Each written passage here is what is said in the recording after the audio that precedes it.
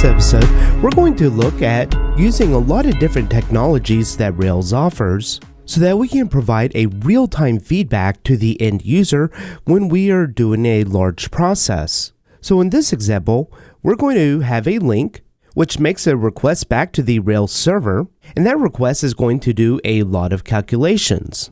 However, instead of letting the browser spin while it's processing that request, it would be a much better user experience if we could give some real-time feedback. So when we click the button here, we're going to have a progress bar, which will show the progress of that request. And there's going to be several different things that we're using within Rails to accomplish this.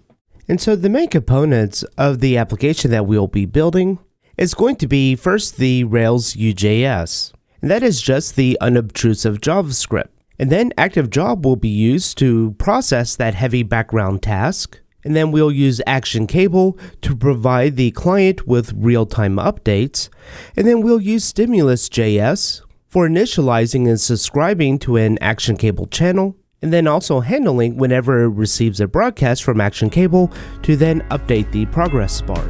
To watch this full episode and more videos, visit driftinruby.com and subscribe to the Pro membership.